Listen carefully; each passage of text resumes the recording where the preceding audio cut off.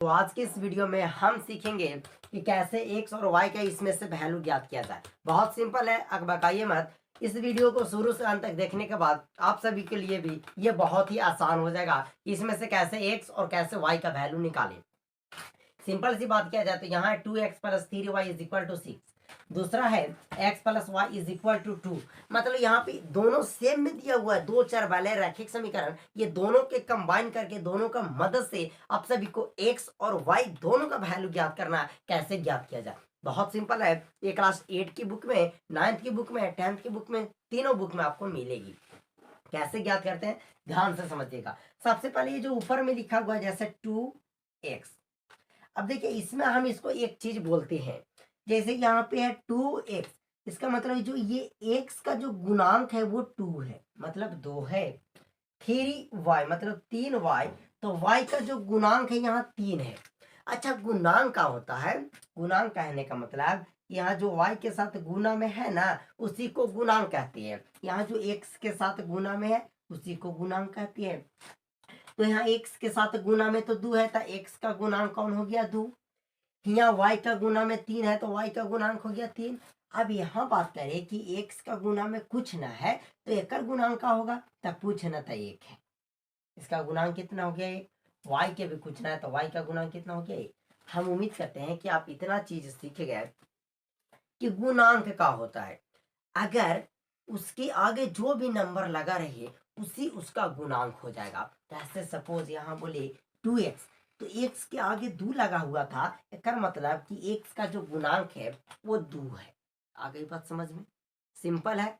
उसके बाद मैं आप सभी को बोलूं कि 2 और 3 को आप आपस में बराबर कीजिए। आप जो चाहे कर सकते हैं, पर जो करना है वो नियम के अनुसार होना चाहिए। आप जो चाहे कर सकते हैं, पर दोनों को बराबर आपको करना है। कभी भी ऐसा सिचुएशन आ जाए, इसमें आएगा कि ऊपर और नीचे वाले को बराबर करना है, तो नीचे वाले से आपको ऊपर में गुना कर देना है और ऊपर वाले से नीचे में गुना कर देना है। आपका ये जाकर बराबर हो जाएगा। 2 तिया 6, 3 दूना 6 हो गया बराबर। और देख लेते हैं, 3 और 5 को जब बराबर करना रहे तो ऊपर में कर देंगे 5 से और नीचे में कर देंगे 3 से, इज इक्वल टू करेंगे तो 15 और 15 हो गया। मतलब कि दोनों तरफ बराबर। यहाँ से का सीखे, यहाँ से आप यही सीखे होंगे कि कभी भी किसी भी चीज को बराबर करना है तो नीचे वाले से ऊपर में गुना और ऊपर वाले से नीचे में गुना कर देना। बस आपका जाकर वो नंबर बराबर हो जाएंगे मल्टीप्लाई होने के बाद। अब हम आते हैं कि कैसे यहाँ से x और कैसे यहाँ से y का वैल्यू ज्ञात करें। हम कौन कैसा क्या दिमाग लगाएं कि x और y दोनों का वैल्यू ज्ञात हो जाए।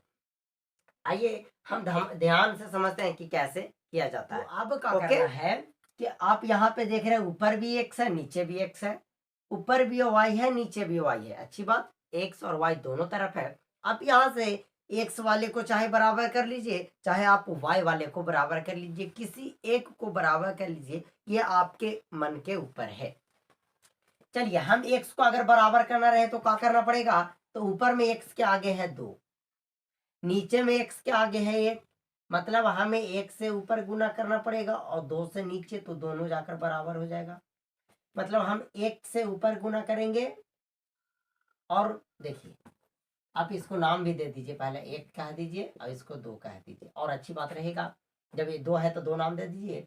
आप ऊपर में 1 से गुना कीजिएगा, नीचे में 2 से गुना कीजिएगा। ये तो कीजिएगा।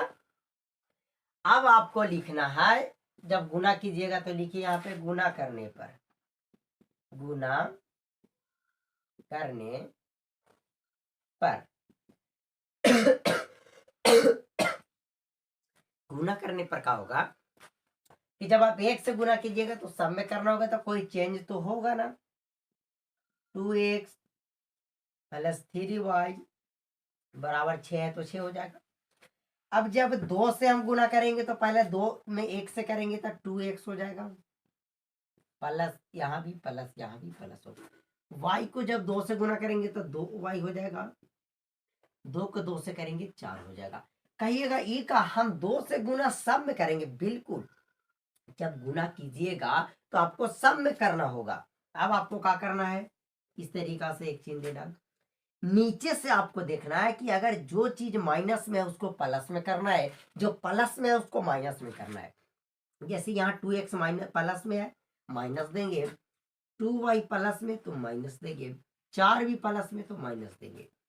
देखिए 2x और 2x मतलब वो प्लस में और नीचे माइनस में, मतलब 2 में से 2 गया, क्या बचेगा 0, तो यहाँ ये तो कट गया, खत्म हो गया, उसका काम खत्म।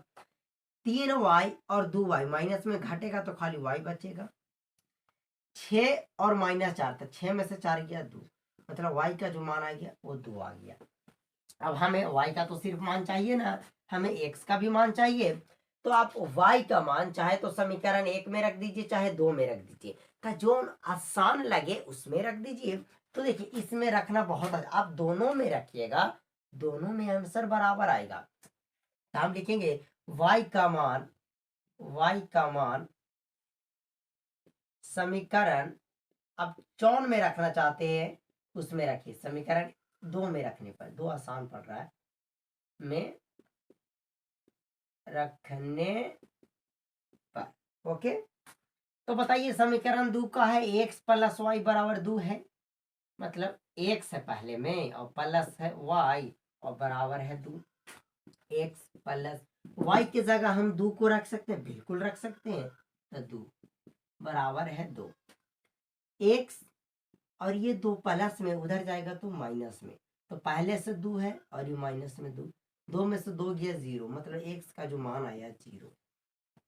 कह सकते हैं कि x का जो मान आया 0, y का जो मान आया 2, यही इस 2 चर वाले रैखिक समीकरण का सलूशन हो गया कि x का मान आया 0 और y का मान आया 2। अब बड़ी बात कि हम इसे जांच कैसे करें कि हमारा बना हुआ सही है या गलत है। देखिए हमने यहां से x का भी मान ले लाया 0, y का भी मान ले लाया 0। अब देखिए यहां जहां x और y है तो x और y का मान रख लीजिए, अगर 6 आ जाता है तो आपका बनाया हुआ सही। फिर नीचे भी चेक करना है, x का मान 0 रखना है, x का मान 0 और y का मान 2, अगर 2 आ जाता है तो जी सही है। तो देखिए x बराबर 0 रखेंगे प्लस y बराबर 2 रखेंगे, तो 0 में 2 जोड़ेंगे 2 आ जाएगा, मतलब एक वाला सही हो रहा है। अब ऊपर वाला भी चेक कर लेते हैं, तो 2 है, x के जगह हम रखेंगे 0, तो 2 में जब 0 से गुना करेंगे तो 0 आ जाएगा प्लस। 3 है, y के जगह 2 रखेंगे, तो 3 दूना 6 हो जाएगा, 0 में जब 6 को जोड़ेंगे तो 6 आएगा, मतलब हमारा बनाया हुआ बिल्कुल ही सही है।